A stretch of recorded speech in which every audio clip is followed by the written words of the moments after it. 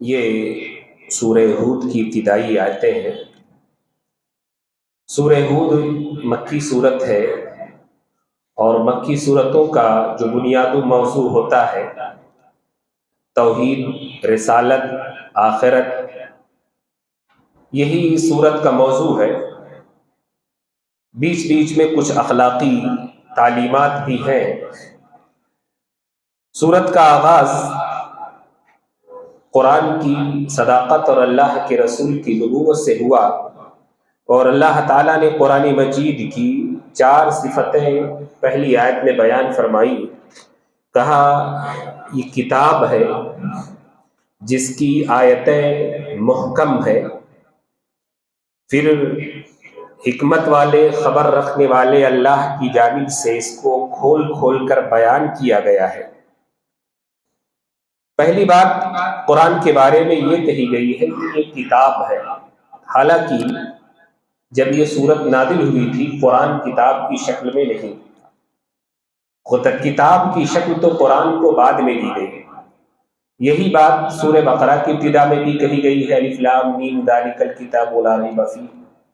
اصل میں گرچہ ان سورتوں کے نزول کے وقت قرآن مجید کتاب کی شکل میں نہیں تھا، لیکن لوح محفوظ میں یہ بات لکھی ہوئی تھی کہ یہ آگے چل کر کے کتابی شکل میں اس کا وجود ہوگا۔ اور اللہ تعالیٰ چونکہ علیم و خبیر ہے، لوح محفوظ میں ساری چیزیں اس نے لکھ رکھی ہیں، اس اعتبار سے یہاں پر اللہ تعالیٰ نے اس کو کتاب سے تعبیر کیا۔ اور پھر کہا کہ جو ہے اس کی آیتیں جو ہیں وہ مستحکم ہیں۔ 2 معنی حکمت کا، ایک تو یہ کہ اس کی آیتوں میں حکمت و دانائی کی باتیں ہیں، اور یہ کہ اس کے احکام مضبوط ہیں۔ پھر کہا گیا کہ چیزوں کو کھول کھول کر بیان کیا گیا ہے، جو ضروری بنیادی باتیں ہیں ان کو تفصیل سے قرآن میں بیان کیا گیا ہے، خصوصاً عقیدے، آخرت، بعث بعد الموت اور رسالت وغیرہ کے معاملات کو مثالیں دے دے کر کے بیان کیا گیا ہے۔ اور چوتھی بات یہ کہی گئی ہے کہ یہ کتاب اللہ کی جانب سے ہے، اس اللہ کی جانب سے ہے جو حکمت والا ہے، کوئی فیصلہ اس کا حکمت و دانائی سے خالی نہیں ہوتا ہے، اور خبر رکھنے والا ہے، جو بھی باتیں اس کتاب میں ہیں اس خبیر کی جانب سے ہے جس کو ماضی، حال، مستقبل سب کی خبر ہے۔ اتنا کہنے کے بعد یہ باتیں اللہ کے رسول کی نبوت اور قرآن کی صداقت کے متعلق تھیں، اور ایک طرح سے اہل مکہ سے یہ کہا جا رہا ہے اگر تمہیں اس کی صداقت میں شک و شبہ ہے تو پھر تم اس جیسی کوئی کتاب لا کر کے پیش کرو، جو تم کر نہیں سکتے۔ پھر اس کے فوراً بعد اللہ تعالیٰ کی وحدانیت کا ذکر کیا اور کہا کہ یہ کہ تم لوگ صرف اللہ ہی کی بندگی کرو، یقیناً میں تمہارے لیے خوشخبری دینے والا بھی ہوں، ڈرانے والا ہوں۔ یعنی آپ کا کام یہ ہے کہ نبی آپ لوگوں کو اس بات کی دعوت دے کہ لوگ صرف اللہ کی بندگی کریں، اور اس تعلق سے 2 کام آپ کے ہیں۔ جو لوگ آپ کی دعوت پر لبیک کہتے ہیں، صرف اللہ کی بندگی کرتے ہیں، آپ ان کو جنت کی بشارت اور خوشخبری سنا دیں، اور جو لوگ آپ کی دعوت سے اعراض کرتے ہیں ان کو آپ جہنم کی وعید سنا دیں اور ڈرا دیں۔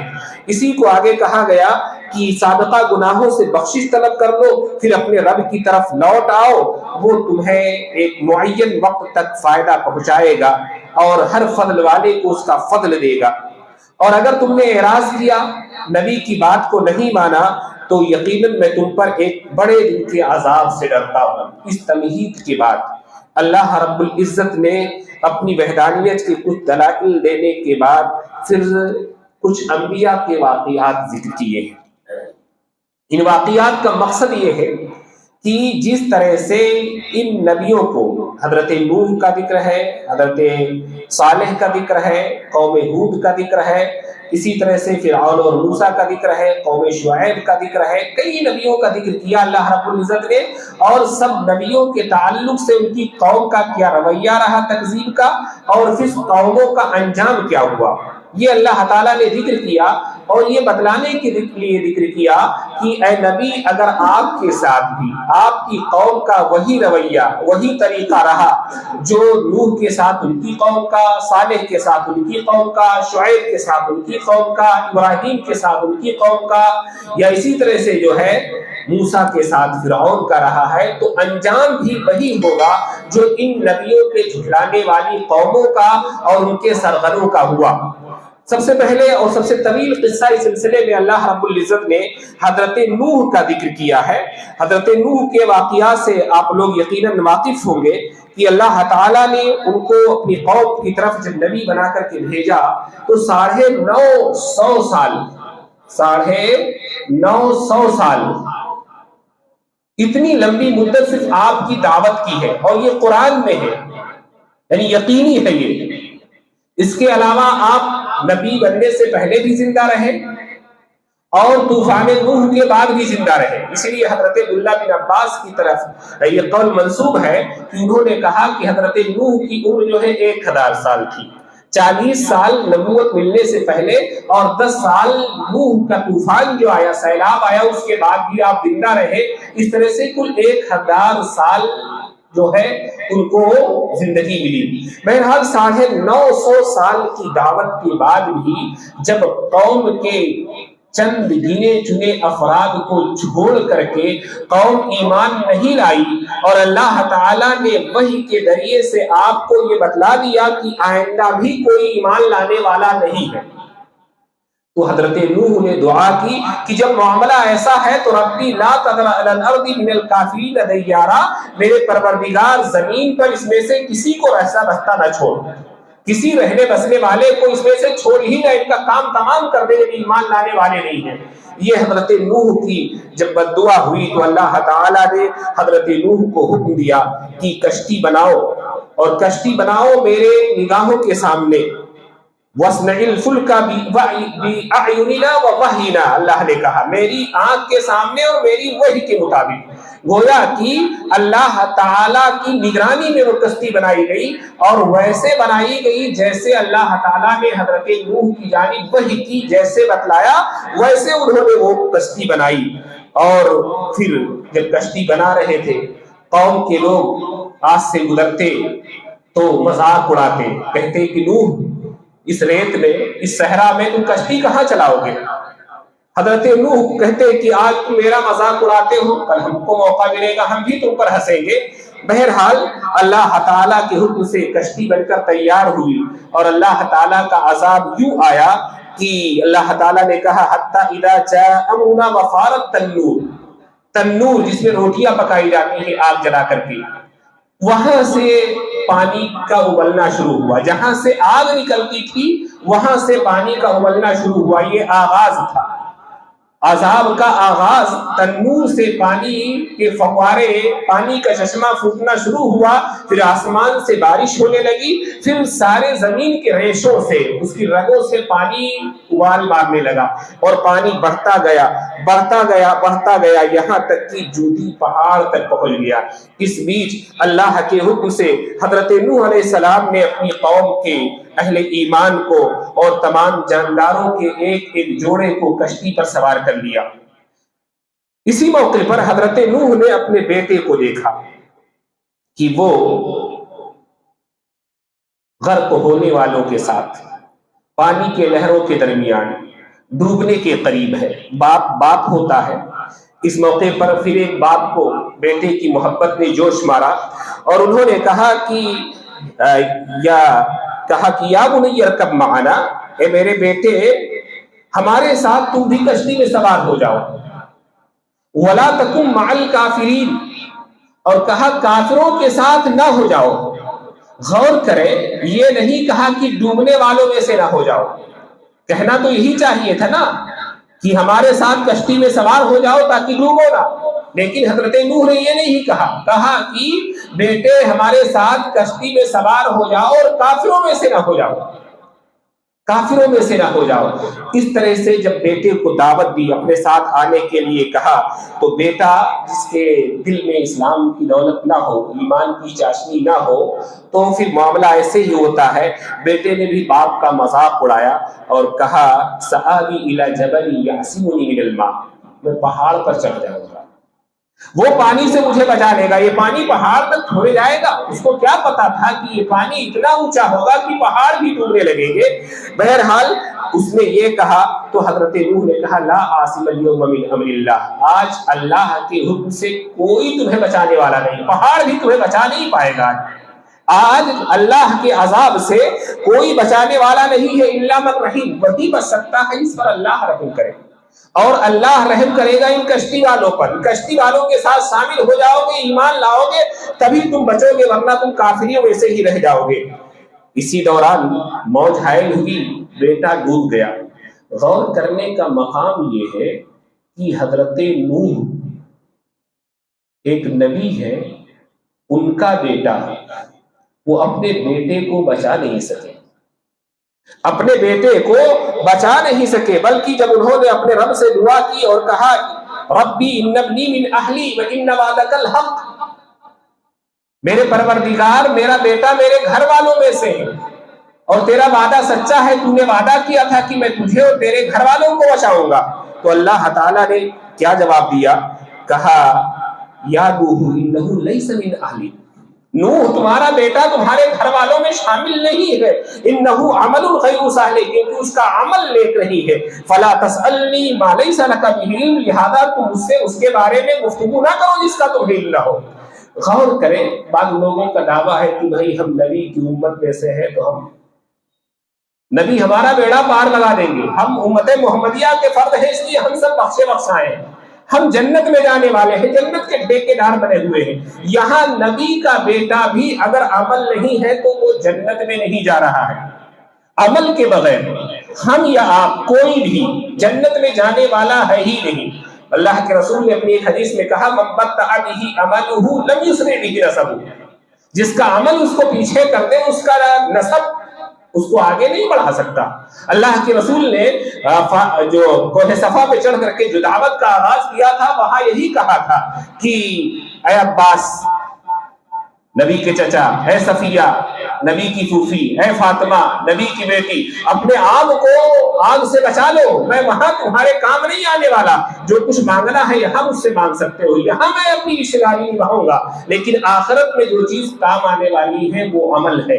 تو اگر عباس کو نسب نہیں کام آ سکتا، فاطمہ کو باپ کا رشتہ کام نہیں آ سکتا، صفیہ کو باپ رشتہ نبی کا نہیں کام آ سکتا، نوح کے بیٹے کو نوح کا رشتہ کام نہیں آ سکتا، تو ہم اور آپ بھی بغیر عمل کے جنت میں جانے والے نہیں ہیں۔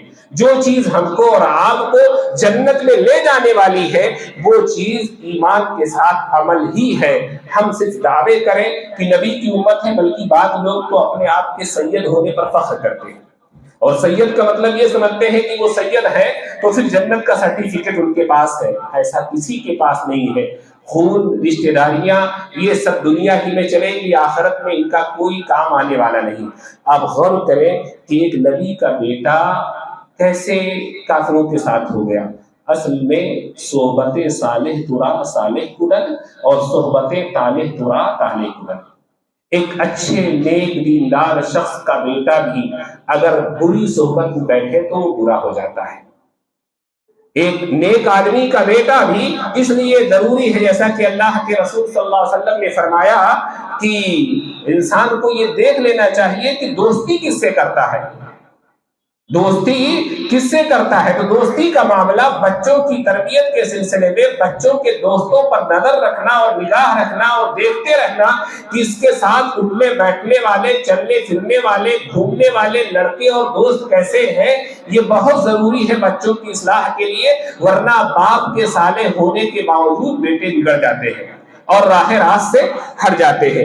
حضرت نوح کے واقعے کے بعد دیگر انبیاء کے بھی واقعات ذکر کیے، اور آخر میں اللہ تعالیٰ نے اپنے رسول کو یہ تسلی دی ہے کہ اے نبی آپ گھبرائیں نہیں، دیکھیں یہ معاملہ تکذیب کا صرف آپ کے ساتھ نہیں ہے، آپ سے پہلے بھی جو انبیاء آئے، نوح سے لے کر کے موسیٰ تک، عیسیٰ تک، سب کے ساتھ ہی معاملہ ہوا ہے۔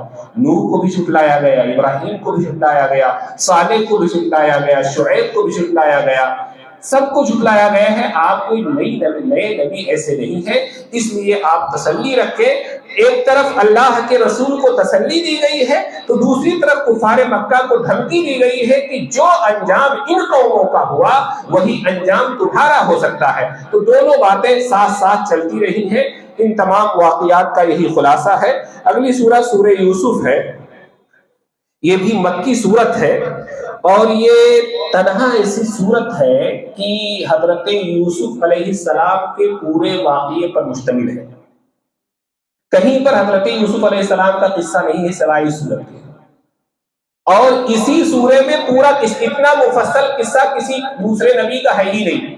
سب سے زیادہ قرآن میں جس نبی کا ذکر آیا ہے وہ نبی حضرت موسیٰ علیہ السلام ہے، لیکن ان کے واقعات سورہ بقرہ سے لے کر کے آخر قرآن تک بکھرے ہوئے ہیں۔ تھوڑا واقعہ وہاں، کچھ یا واقعہ وہاں، کچھ واقعہ سورہ طٰہٰ میں، تو کچھ سورہ قصص میں، تو کچھ سورہ بقرہ میں، تو کچھ سورہ نازیات میں، اس طرح سے بکھرا ہوا ہے قصہ۔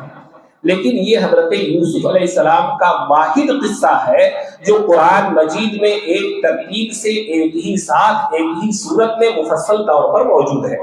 اصل میں اس قصے کا بھی ایک پس منظر ہے، جیسا کہ آگے آیتوں میں آیا ہے کہ لقد کان فی یوسف واخوتہ آیات للسائلین، یوسف اور ان کے بھائیوں کے قصے میں سوال پوچھنے والوں کے لیے نشانیاں ہیں۔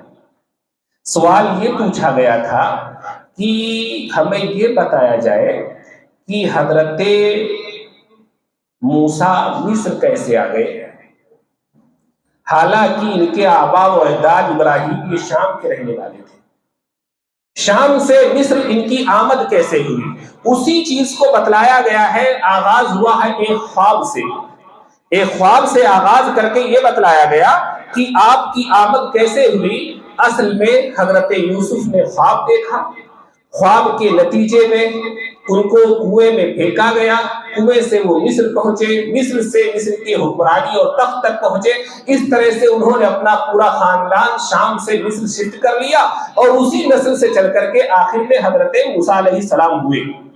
یہ تو سوال کا جواب ہوا، لیکن جو قرآن نے یہ کہا کہ اس میں جو ہے سوال پوچھنے والوں کے لیے نشانیاں ہیں، یہ نشانیاں اور اشارات اصل میں کیا ہیں؟ اصل میں اس صورت میں یہ کہا جا رہا ہے کہ اے مکہ والوں، حضرت یوسف کو ان کے بھائیوں نے جان سے مارنے کی کوشش کی، ان کو ذلیل کرنا چاہا، ان کو ان کے باپ سے دور کرنا چاہا۔ ان کے ان تمام چالوں حربوں کے باوجود اللہ تعالیٰ نے چونکہ ان کو عزت بخشنا چاہا، ان کو منصب خلافت اور حکومت تک پہنچانا چاہا، اس لیے بھائیوں کی ساری سازشیں حضرت یوسف کو ناکام نہیں کر سکی۔ حالانکہ بھائیوں نے قتل کرنے کی پلاننگ کی، وطن سے نکالنے کی پلاننگ کی، باپ سے دور کرنے کی پلاننگ کی، ساری پلاننگ ان کی اللہ کی حکمت کے آگے فیل ہو گئی، اور ایک دن حضرت یوسف علیہ السلام تخت خلافت تک پہنچ گئے، اور وہ بھی موقع آیا کہ ان کے وہی بھائی جو کل ان کے قتل کے در پہ تھے، کل ان کے باپ سے دور کرنے کے در پہ تھے، کل ان سے گھر سے نکالنا چاہتے تھے، وہی ان کے سامنے آج سجدہ کیے ہوئے تھے اور اپنی معافی مانگ رہے تھے۔ ایک طرف سے یہ اشارہ تھا کہ تم بھی آج محمد صلی اللہ علیہ وسلم کو قتل کرنے کی پلاننگیں کرتے ہو، ان کو ان کے ملک اور وطن سے نکالتے ہو، ان کو کمتر اور حقیر سمجھ کر کے ان کو جو ہے ذلیل کرنا چاہتے ہو، لیکن ایک دن تمہاری ان تمام سازشوں کے باوجود محمد صلی اللہ علیہ وسلم حکمرانی تک پہنچیں گے، اور پھر تم ایسا ہی ہوگا۔ اور ہوا بھی۔ اللہ کے رسول صلی اللہ علیہ وسلم جب فتح مکہ کے وقت مکہ آئے، تمام مکہ کے کفار سردار سب آپ کے سامنے دستبستہ حاضر ہوئے، سب کو حاضر کیا گیا۔ اللہ کے رسول نے پوچھا کہ بھلا بتاؤ تمہارے ساتھ میں کیا معاملہ کروں گا؟ تو انہوں نے کہا کہ آپ کریم ابن الکریم ابن الکریم ہے، یہ وہی بات ہے جو بات حضرت یوسف کے تعلق سے اللہ کے رسول نے کہی کہ حضرت یوسف کریم ابن کریم ہے، خود کریم ہے، ان کے باپ اسحاق کریم ہے، یعقوب کریم ہے، ان کے دادا اسحاق کریم ہے، ان کے بھی باپ ابراہیم کریم ہے۔ تو یہی بات مکہ کے ان کفار نے اللہ کے رسول سے کہی کہ آپ ابن کریم ہے، یعنی آپ شریف، معزز، باعزت، نیک آدمی ہیں، آپ کے باپ بھی ایسے تھے، آپ کے دادا بھی ایسے تھے، آپ سے ہمیں خیر ہی کی امید ہے۔ اللہ کے رسول نے وہی بات کہی جو اس صورت میں حضرت یوسف نے اپنے بھائیوں سے کہی کہ لا تثریب علیکم اليوم اذهبوا وانتم الطلقاء، تمہارا آج کوئی محاسبہ نہیں ہوگا، کوئی گرفت نہیں ہوگی، تم نے میرے ساتھ کیا کیا، مجھے کیسے ملک سے نکالا، میری قتل کی پلاننگ کیسے کی، کوئی محاسبہ نہیں، جاؤ تم سب آزاد ہو، جاؤ تم سب آزاد ہو۔ یہ اللہ کے رسول نے کہہ کر کے مکہ والوں کو چھوڑ دیا تھا۔ وہی بات جو حضرت یوسف نے اپنے بھائیوں سے کہی تھی کہ آج تمہارا کوئی محاسبہ نہیں ہے، تمہاری کوئی گرفت نہیں ہے، جاؤ، تو وہی معاملہ ہوا۔ آپ دیکھیں گے سورہ یوسف پڑھ کر لگتا ہے کہ سگے بھائی بھی حسد کر سکتے ہیں، سگے بھائی بھی حسد کر سکتے ہیں، اپنے اور قریبی ہلاکت میں ڈال سکتے ہیں، قتل کی پلاننگ کر سکتے ہیں۔ اسی طرح سے دوسرے اور غیر آپ کو کنویں سے، ہلاکت سے نکال سکتے ہیں۔ غیروں نے ہی نکالا نا، اپنے تو ڈال کر کے چلے آئے تھے، تو غیر جو ہے ہلاکت سے نکال سکتے ہیں۔ ایک شریف نیک پارسا پر تہمت لگ سکتی ہے، نیک آدمی ہے، شریف آدمی ہے، اس کو بھی مجرم بنایا جا سکتا ہے، اس کے اوپر تہمت لگ سکتی ہے، بلا جرم اور گناہ کے بھی آدمی کو قید میں ڈالا جا سکتا ہے۔ حضرت یوسف کا کوئی گناہ نہیں تھا، پھر بھی قید کی سزا انہوں نے کاٹی۔ اسی طرح سے کسی کو ایسے حالات میں گھبرانا نہیں چاہیے، ایسی حالت میں بھی غیبی مدد آ سکتی ہے۔ غیبی مدد آئی، حضرت یوسف کو نکلنے کا قید سے سامان ہوا، اور یہ آدمی اگر متقی ہے، نیک ہے، تو عزت اس کو ایک دن ملنی ہی ہے۔ دنیا چاہے جتنی اس کی خلاف سازشیں کرے، لیکن اللہ تعالیٰ اس کو عزت دے گا اور عظیم منصب بھی دے سکتا ہے۔ یہ بھی کہ بچھڑے مل بھی سکتے ہیں، ایسا نہیں ہے کہ 50 سال سے کوئی بچھڑا ہے تو ملے نا، 50 سال کے بعد بھی لوگ مل سکتے ہیں۔ اور خواب سچے ہوتے ہیں، خواب سچے ہوتے ہیں۔ خواب کی بات آئی تو آپ دیکھیں کہ اس سورے میں 3 خواب ہیں۔ ایک خواب تو حضرت یوسف کا کہ انہوں نے چاند، سورج اور 11 ستاروں کو سجدہ کرتے ہوئے دیکھا۔ دوسرا خواب 2 قیدیوں کا جو حضرت یوسف کے ساتھ قید خانے میں تھے، اور تیسرا خواب بادشاہ کا۔ تینوں خواب 3 طرح کے خواب ہیں۔ خواب کے سلسلے میں ایک چیز یہ جان لیں کہ خواب ہوتا کیا ہے۔ خواب اصل میں جس طرح سے اللہ تعالیٰ کسی زندہ شخص کے ذہن و دماغ میں خیالات اور تصورات آتے ہیں، ایسے ہی سونے والے کے ذہن و دماغ میں بھی اللہ تعالیٰ خیالات و تصورات ڈالتا ہے۔ آدمی سو رہا ہو یا جاگ رہا ہو، اللہ تعالیٰ کا تخلیقی عمل جاری رہتا ہے، یہ اللہ کا کام ہے۔ خواب اگر اچھے ہیں تو پھر یہ من جانب اللہ ہوتے ہیں، اللہ کی جانب سے خوشخبری ہوتے ہیں، مستقبل کے بارے میں کبھی کبھی انتباہ ہوتے ہیں، انسان کو کبھی کبھی راہ سجھانے کے لیے ہوتے ہیں، اور کبھی کبھی کسی راہ سے بچانے کے لیے ہوتے ہیں۔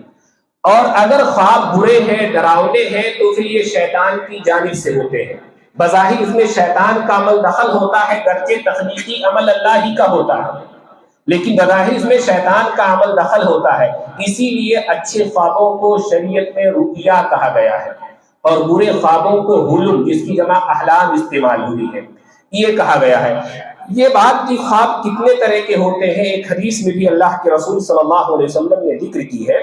حدیث کی راوی حضرت ابو ہریرہ رضی اللہ تعالیٰ عنہ ہے، صحیح مسلم کی حدیث ہے کہ نبی صلی اللہ علیہ وسلم نے فرمایا کہ اذا اقترب الزمان لم تکد رؤیا المسلم تکذب، جب قیامت قریب ہوگی مسلمان شخص کے خواب کم ہی جھوٹے نکلیں گے۔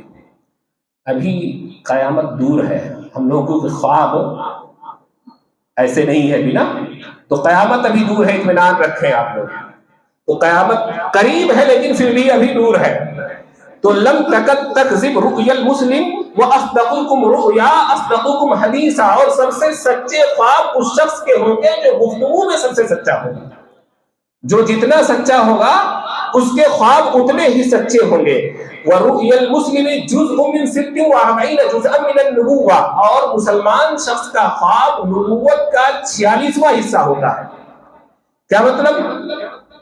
نبوت کی بہت ساری صفات ہوتی ہے کہ احکام ایک نبی دیتا ہے، شریعت سازی کرتا ہے، حلال و حرام کرتا ہے. ایسے ہی وہ ماضی کی خبریں بتاتا ہے، مستقبل کے بارے میں پیشین گوئیاں کرتا ہے. تو ایسے ہی خواب کا معاملہ بھی ہے کہ خواب میں بھی مستقبل کی باتیں نظر آتی ہے. اس کو 46واں حصہ اس لیے کہا گیا کیونکہ اللہ کے رسول صلی اللہ علیہ وسلم کی نبوت سے پہلے 6 مہینے تک مسلسل سچے خواب آئے. آپ رات میں جس طرح سے دیکھتے تھے صبح بالکل ویسے ہی وہ چیز واقع ہوا کرتی تھی. کتنے مہینے؟ 6 مہینے. اور آپ نبی رہے 23 سال. 6 مہینے کو 23 سے ڈیوائڈ کریں تو 46 آتا ہے. تو اس طرح سے سچے خوابوں کو نبوت کا، ایک مسلمان کے خوابوں کو نبوت کا 46واں حصہ کہا گیا. اور پھر کہا اللہ کے رسول نے الرؤیا ثلاثہ، خواب 3 طرح کے ہوتے ہیں. خواب 3 طرح کے ہوتے ہیں. ایک رؤیا صالحہ بشرا من اللہ، ایک سچا خواب، اچھا خواب جو اللہ کی جانب سے بشارت ہوتا ہے. ورؤیا تحذیر من الشیطان، ایک ڈراونا خواب جو انسان کو پریشان کر دے، انسان کو بے چین کر دے، ذہنی پراگندگی ڈال دے، خوف میں مبتلا کر دے، یہ شیطان کی جانب سے ہوتا ہے. اور تیسرا وہ خواب جو انسان کے اپنے دن بھر کے ٹینشن ہوتے ہیں وہ نظر آتے ہیں، جو دن بھر سوچتا ہے وہ نظر آتا ہے. یحدث المرء نفسہ، انسان اس کو خود سے بات کرتا ہے، جو دن بھر دماغ میں چلتا ہے رات میں وہی اس کو نظر آتا ہے. یہ خواب کی تیسری قسم ہوئی. آپ نے فرمایا فإن رأى أحدكم ما يكره، اگر تم میں سے کوئی شخص ایسا خواب دیکھتا ہے جو اسے ناپسند لگے، فليقم فليصلي، کھڑا ہو نماز پڑھ لے اور اس خواب کو دوسروں سے بیان نہ کرے. یاد رکھیں کہ انبیاء کے تمام خواب سچے ہوتے ہیں. نبیوں کے تمام خواب سچے ہوتے ہیں. نبیوں سے آگے بڑھے تو صحابہ کے وہ خواب سچے ہیں جو صحابہ نے اللہ کے رسول کے سامنے بیان کیے. جیسے حضرت عبداللہ بن زید بن عبد الربیع نے اذان خواب میں دیکھا تھا. ہم جو اذان دیتے ہیں یہ کہاں سے آیا؟ یہ خواب میں آپ کو سکھلایا گیا تھا. تو یہ خواب بھی سچے ہوتے ہیں. بقیہ اہل ایمان کے اندر جتنا جو سچا ہوگا اس کے خواب اتنے ہی سچے ہوں گے. گویا کہ ان کے خواب سچے بھی ہو سکتے ہیں اور جھوٹے بھی ہو سکتے ہیں. بقیہ لوگوں کے خواب سچے بھی ہو سکتے ہیں اور جھوٹے بھی ہو سکتے ہیں. اور کفار و مشرکین کے خواب کم ہی سچے ہوتے ہیں، زیادہ تر جھوٹے ہوتے ہیں. کم ہی سچے ہوتے ہیں، زیادہ تر جھوٹے ہوتے ہیں. اچھا خواب کوئی دیکھے تو اس کو کیا کرنا چاہیے؟ ہم میں سے بہت سے لوگ اچھا خواب دیکھتے ہیں. ایسی صورت میں کیا کرنا چاہیے؟ پہلی چیز تو خوش ہونا چاہیے، کیونکہ اللہ کے رسول نے اس کو کہا اپنی ایک حدیث میں کہ لم يبقى من النبوة الا المبشرات قالوا ما المبشرات قال الرؤيا الصالحة. اللہ کے رسول نے کہا کہ اب نبوت کا سلسلہ ختم ہو گیا ہے، نبوت کی صرف اب جو ہے خوشخبریاں باقی رہ گئی ہیں. مبشرات پوچھا گیا ہے اللہ کے رسول یہ خوشخبریاں کیا ہے؟ کہا کہ یہ اچھے خواب ہے. یہ مسلمان کو سچے خواب نظر آتے ہیں. تو اگر اچھا خواب نظر آتا ہے تو یہ اللہ کی جانب سے بشارت ہے، خوشخبری ہے. پہلے کام تو وہ خوش ہو دل میں، اور دوسرا کام اللہ کے رسول صلی اللہ علیہ وسلم کی حدیث سے یہ ثابت ہوتا ہے کہ اللہ کی حمد و ثنا بیان کرے. اگر اچھا خواب نظر آتا ہے پہلے کام کرے کہ اللہ کا شکر بجا لائے، اللہ کی حمد و ثنا بیان کرے. جیسا کہ ابو سعید خدری کی بخاری میں حدیث آئی ہے کہ اذا رأى احدكم رؤيا يحبها فإنما هي من الله فليحمد الله عليه. اگر تم میں سے کوئی ایسا خواب دیکھتا ہے جو خواب اس کو پسند آ جاتا ہے، وہ خواب اللہ کی جانب سے ہے، اب وہ اللہ کی حمد بیان کرے، اللہ کی حمد بیان کرے. تیسری چیز جو اس کو کرنی چاہیے وہ اس خواب کو بیان کر سکتا ہے، لیکن ہر شخص سے نہیں، اپنے محبوب لوگوں سے، اپنے خیر خواہ لوگوں سے، اپنے چاہنے والوں سے، یا پھر کسی عالم دین سے جو خواب کے بارے میں جانکاری رکھتا ہے. یہاں تک کہ اسی حضرت یوسف کے خواب میں حضرت یعقوب نے یوسف سے کہا لا تقصص رؤیاک علی اخوتک، اے یوسف اپنا یہ خواب بھائیوں کو نہ بتلانا۔ گویا کہ بھائی ہو بہن ہو کوئی بھی ہو، پہلے آپ جان لیں کہ آپ کا خیر خواہ ہے کہ نہیں، آپ کو صحیح مشورہ دے گا کہ نہیں، آپ کا یہ اچھا خواب سن کر کے وہ خوش ہوگا یا حسد میں مبتلا ہو جائے گا۔ اس لیے سب سے خواب نہیں بتلانا ہے، بتلا سکتے ہیں لیکن انہی لوگوں سے جو آپ سے محبت کرتے ہو، آپ کی خوشی ترقی خوشحالی بھلائی دیکھ کر کے خوش ہوتے ہو، ان سے وہ خواب بتلائیں، بقیہ لوگوں سے وہ خواب نہیں بتلائے جا سکتے ہیں۔ چنانچہ حضرت ابو سعید خدری کی ایک حدیث میں ہے کہ وَلْيُحَدِّثْ بِهَا، اگر مناسب آدمی ہے، محبوب ہے، کوئی اچھا آدمی ہے تو پھر اس خواب کو بیان کیا جا سکتا ہے۔ حضرت ابو ہریرہ کی حدیث میں ہے فَلْيَقُصَّهَا إِن شَاءَ، اگر چاہے تو وہ خواب بیان کرے ورنہ وہ خواب نہ بیان کرے۔ اور خواب جو ہے اللہ کے رسول صلی اللہ علیہ وسلم نے فرمایا کہ لا تقص الرؤیا الا علی العالمین او ناصحین، خواب صرف کسی عالم دین کو اور کسی خیر خواہ کو ہی بیان کیے جائیں، سارے لوگوں سے خواب نہ بیان کیے جائیں۔ یہ تو ہوا اچھا خواب، لیکن اگر ڈراؤنا خواب دیکھیں تب ڈراؤنے خواب بہت سارے لوگ دیکھتے ہیں اور بڑے پریشان ہو جاتے ہیں، بہت زیادہ پریشانی میں آ جاتے ہیں۔ ایسی سلسلے میں سب سے پہلی چیز یہ ہے کہ انسان شیطان کے شر سے اور اس خواب کے شر سے اللہ کی پناہ چاہے۔ چنانچہ حضرت جابر رضی اللہ تعالیٰ عنہ کی روایت ہے کہ اللہ کے رسول صلی اللہ علیہ وسلم نے فرمایا اذا رأى احدكم الرؤيا يكرهها، جب تم میں سے کوئی ناپسندیدہ خواب، ڈراؤنا خواب، اس طرح کا خواب دیکھ لے، بعض اوقات ایک ہی طرح کے ڈراؤنے خواب ہر روز آتے ہیں، بعض اوقات خود مجھے یاد ہے بچپن میں ایک طرح کا خواب ڈراؤنا مجھے روزانہ آتا تھا، ایک ہی طرح کا تو یہ ہوتا ہے۔ تو ایسا اگر ہوتا ہے تو اللہ کے رسول نے کہا فَلْيَبْصُقْ عَنْ يَسَارِهِ ثَلَاثًا، پہلا کام اپنے بائیں جانب 3 مرتبہ تھوک کر لے، تھکا لے، پہلا کام کس طرف؟ بائیں طرف، کتنی مرتبہ؟ 3 مرتبہ تھکا لے۔ دوسرا کام کیا کرے؟ وَلْيَسْتَعِذْ بِاللَّهِ مِنَ الشَّيْطَانِ الرَّجِيمِ ثَلَاثًا، 3 مرتبہ شیطان کے شر سے اللہ کی پناہ چاہے۔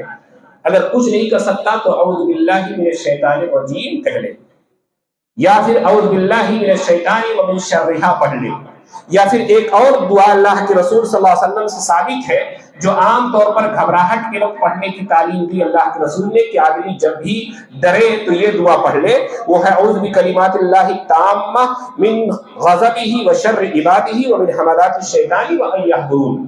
یہ دعا اگر یاد ہے تو پڑھے، ورنہ اعوذ باللہ من الشیطان الرجیم سب کو یاد ہوتا ہے، یہ پڑھ لے، اعوذ باللہ من الشیطان الرجیم یہ پڑھ لے، اور پھر خواب کے شر سے اللہ کی پناہ چاہے کہ اللہ تعالیٰ مجھے اس خواب کی برائی سے بچانا، تو ہی بچانے والا ہے اور کوئی مجھے بچا نہیں سکتا۔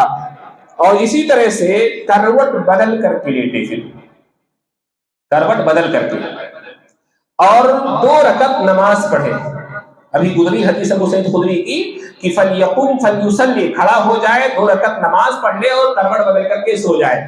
گویا کہ 3 مرتبہ تھکائے، 3 مرتبہ شیطان کے شر سے پناہ چاہے، خواب کے شر سے اللہ کی پناہ چاہے، اسی طرح سے 2 رکعت نماز پڑھے اور پھر دوسری کروٹ سو جائے۔ جس کروٹ پر وہ خواب نظر آیا تھا وہ کروٹ چینج کر کے دوسری کروٹ پر بندہ سو جائے، تو اس طرح سے اس کو خواب کی پریشانیوں سے نجات مل جاتی ہے۔ اور آخری بات یہ کہ برا خواب، ڈراؤنا خواب، اس طرح کے خواب کسی سے بیان نہ کرے۔ صرف ڈراؤنے خواب ہی نہیں، جیسے بزنس میں گھاٹا ہو گیا، کسی عزیز کا انتقال ہو گیا، ایسی کوئی پریشانی کا خواب جو انسان کو تکلیف پہنچانے والا ہو اس کو کسی سے بیان نہ کرے۔ چنانچہ حضرت جابر ہی سے مروی ہے کہ ایک اعرابی، ایک دیہاتی اللہ کے رسول صلی اللہ علیہ وسلم کے پاس آیا اور اس نے کہا کہ یا رسول اللہ انی حلمت ان راسی دھیا، میں نے خواب دیکھا ہے کہ میرا سر کاٹ دیا گیا اور میں سر کے پیچھے پیچھے دوڑ رہا ہوں، اس کو پکڑنے کی کوشش کر رہا ہوں۔ تو اللہ کے رسول صلی اللہ علیہ وسلم نے اسے ڈانٹا اور کہا لا تخبر بالشیطان معک فی المنام، خواب میں شیطان تمہارے ساتھ کھلواڑ جب کرے تو اس کو لوگوں سے نہ بیان کیا کرو، کسی سے ایسے خواب کو بیان نہیں کرنا چاہیے. کوئی بھی نقصان پہنچانے والا خواب کسی طرح کا اس کو کسی سے نہیں بیان کرنا چاہیے, کسی سے بیان نہیں کرنا چاہیے. ان چیزوں کا خیال رکھیں, اور پھر اگر ان چیزوں اور ان تعلیمات پر آدمی عمل کرتا ہے پھر اس کو خواب یہ پریشان کرنے والے پریشان نہیں کر سکیں گے, کیونکہ وہ سمجھے گا اچھا خواب ہے اللہ کی جانب سے ہے, برا خواب ہے تو یہ شیطان کی حرکت ہے, اس سے بچنے کا آسان طریقہ ہے اعوذ باللہ من الشیطان الرجیم پڑھ لے, 3 مرتبہ دھکا لے, کروٹ بدل لے, زیادہ پریشانی ہے 2 رکعت نماز پڑھ لے اور پھر سو جائے. چنانچہ حضرت ابو سلمہ بن عبد الرحمن بن عوف کہتے ہیں کہ لقد كنت ارى الرؤيا فتبرزني, میں ایسے ڈراؤنے خواب دیکھتا تھا کہ بیمار ہو جاتا تھا ڈر سے. تابعی کہہ رہے ہیں کہ میں ایسے ڈراؤنے خواب دیکھتا تھا کہ خواب دیکھنے کے بعد میں اس کے ڈر سے اور خوف سے بیمار ہو جاتا تھا. یہاں تک کہ میں نے ابو قتادہ رضی اللہ تعالیٰ عنہ کو فرماتے ہوئے ایک دن سنا کہ انا كنت ارى الرؤيا تبرزني, کہ میں بھی خواب دیکھتا تھا ایسے ڈراؤنے کہ بیمار ہو جاتا تھا. تو میں نے نبی صلی اللہ علیہ وسلم کو ایک بار فرماتے ہوئے سنا الرؤیا الحسنہ الی اللہ, اچھے خواب اللہ کی جانب سے ہوتے ہیں. فإذا رأى أحدكم ما يحب, تو جب تم میں سے کوئی پسندیدہ خواب دیکھے فلا يحدث به الا من يحب, تو اسے اپنے محبوب اور پیارے لوگوں کو ہی بتلائے, کسی اور کو نہ بتلائے. وإذا رأى ما يكره, اور جب ناپسندیدہ خواب دیکھے فليتعوذ بالله من شرها ومن شر الشیطان, تو اللہ کی پناہ چاہے اس خواب کے شر سے, شیطان کے شر سے. وليدخل ثلاثا, 3 مرتبہ تھکا لے. ولا يحدث بها احدا, اس خواب کو کسی سے بیان نہ کرے. فإنها لن تضر, تو وہ خواب پھر اس کو نقصان نہیں پہنچا سکے گا, وہ خواب پھر نقصان نہیں پہنچا سکے گا. اس لیے جب بھی اس طرح کا کوئی نقصان پہنچانے والا آپ خواب دیکھیں تو ان تعلیمات پر ضرور عمل کریں, پھر اس کے بعد خواب نہیں پہنچا سکے گا نقصان. مسلم کی ایک روایت میں ہے کہ ان كنت لأرى الرؤيا أثقل علي من جبال, میں ایسے خواب دیکھتا تھا کہ پہاڑ سے زیادہ مجھ پر بوجھل ہو جاتا تھا. وہ خواب اتنے ڈراؤنے ہوتے تھے. تو جب میں نے حدیث سنی اور حدیث پر جب عمل کیا تو پھر مجھے کسی خواب کی کوئی پرواہ ہی نہیں رہی, کیونکہ شیطان کی جانب سے شیطان کا علاج ہمارے پاس آ گیا. ایک چیز خواب کے سلسلے میں یہ کہ خواب سے کوئی شرعی مسئلہ نہیں ثابت ہوتا. بہت سارے لوگ خواب بتلا کر کے پھر اس سے شریعت کے مسئلے ثابت کرتے ہیں. خواب سے کوئی شرعی مسئلہ ثابت نہیں, کوئی حلال حرام نہیں ہو سکتا, کوئی حرام حلال نہیں ہو سکتا. کوئی خواب میں یہ دیکھے کہ نبی میرے پاس آئے تھے اور کہا کہ تمہارے اوپر فجر کی نماز آج سے معاف, ایسا نہیں ہو سکتا. شریعت کی چیزیں ہیں, بدل نہیں سکتی. اسی لیے کہا جاتا ہے خواب ماخذ شریعت نہیں ہے, نہ خواب دیکھنے والے کے حق میں اور نہ ہی غیروں کے حق میں. خواب اگر اچھا ہے, جیسا کہ محمد بن سیرین جو امام المعبرین کہلاتے ہیں, خواب کے معاملے میں سند کا درجہ رکھتے ہیں, تابعی ہے, وہ کہا کرتے تھے الرؤیا تسر ولا تغر, خواب سے خوش ہوا جا سکتا ہے, دھوکہ نہیں کھایا جا سکتا. خواب کہاں فائدہ دے گا؟ 2 جائز کام ہیں, 2 مباح کام ہیں. خواب میں آپ نے ایک کام کرتے ہوئے دیکھا کہ اس کا رزلٹ اچھا ہے تو آپ وہ کام کر لیں, بس اتنا. خواب سے بس یہی ہوگا, اس سے زیادہ نہیں. خواب سے کوئی شرعی مسئلہ نہیں ثابت ہوتا, خواب سے دین کی کوئی بات ثابت نہیں ہوتی. خواب سے کے حوالے سے بعض لوگ حدیثیں بیان کرتے ہیں کہ خواب میں اللہ کے رسول نے آ کر کے یہ مجھ سے بیان کیا. یہ سب ڈھکوسلے ہیں, یہ سب فراڈ ہے, یہ سب دجل ہے, یہ سب جو ہے لوگوں کو بیوقوف بنانے کے دھندے ہیں, جو لوگوں کو لوٹنے کے. اصل میں پیری مریدی کے بہت سارے دھندے خوابوں پہ چلتے ہیں, کس سے کہانیوں پر. ہمارے طاہر القادری صاحب کو جانتے ہوں گے, بہت سے لوگ جانتے ہی نہیں جانتے. بڑے خواب ہیں, پاکستان کے بڑے عالم دین ہیں جماعت کے, اور لیکن جو ان کے خوابوں کے قصے جو ہے بہت ہے. وہ اپنے ہر بیان میں ایک نیا خواب لے کر کے آتے ہیں. تو خوابوں سے کوئی شرعی مسئلہ ثابت ہو ہی نہیں سکتا. خواب شریعت کا ماخذ نہیں ہے. شریعت کی کوئی بات ثابت ہونے کے لیے ضروری ہے کہ وہ کتاب و سنت سے ثابت ہو, کسی کے خواب سے نہیں, کسی کے بھی خواب سے نہیں. انبیاء کے خواب میں نے کہا سچے ہوتے تھے, وہ شریعت ہوتے تھے. صحابہ کے وہ خواب جو آپ نے نبی سے بتلا دیے وہ سچے ہیں, وہ شریعت کا حصہ ہیں. بعد میں امتیوں کے خواب کی کوئی حیثیت نہیں ہے, کوئی شرعی اس کا جو ہے مقام نہیں ہے خوابوں کا. ایک چیز. اور دوسری چیز یہ کہ خوابوں کی تعبیر کے نام پر یہ بھی دھندا بہت چلتا ہے. خوابوں کی تعبیر کے نام پر لوگوں کو بیوقوف بنایا جاتا ہے. خوابوں کی تعبیر بتانا فتویٰ دینا ہے. اسی صورت میں ہے افتونی فی رؤیایا، میرے خواب کے سلسلے میں مجھے فتویٰ دو، یعنی تعبیر بتاؤ. تو جو حکم بغیر علم کے فتویٰ دینے کا ہے، وہی حکم بغیر علم کے خواب کی تعبیر بتانے کا ہے. اور سارے علماء بھی خواب کی تعبیر نہیں بتاتے. اس کے کچھ چند ہی ماہرین ہوتے ہیں اور زمانے میں بہت کم ہیں. جو لوگ یہ دھندا کر رہے ہیں اصل میں وہ کر کیا رہے ہیں، مارکیٹ میں کچھ کتابیں ہیں جو بلا سند محمد ابن سیرین رحمہ اللہ کی جانب منسوب ہے، حالانکہ وہ اس سے ایسے ہی بری ہیں جیسے کہ جو ہے حضرت یوسف کے خون سے جو ہے وہ بھیڑیا بری تھا. جس طرح سے کسی بھیڑیے نے ان کا خون نہیں کیا تھا، ایسے ہی محمد بن سیرین نے یہ کتاب نہیں لکھی ہے.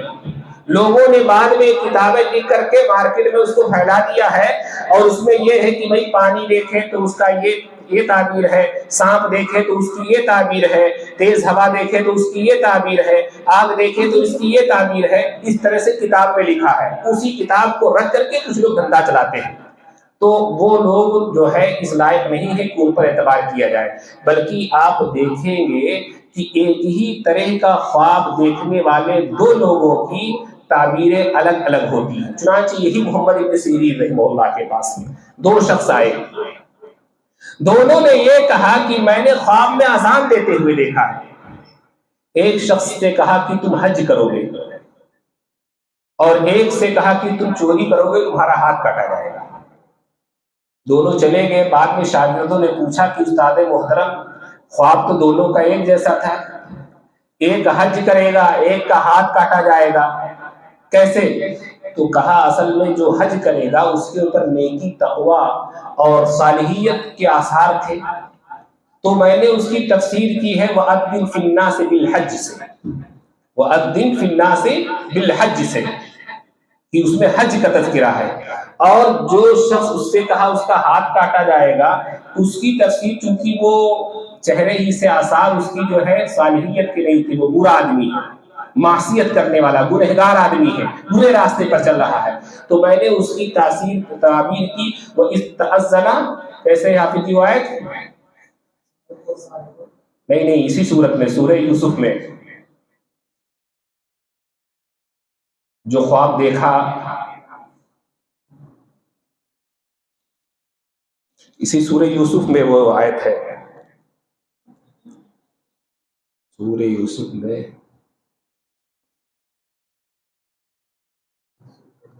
جو خواب کا واقعہ اس میں کیسے ہے؟ یوسف میں ہے یار.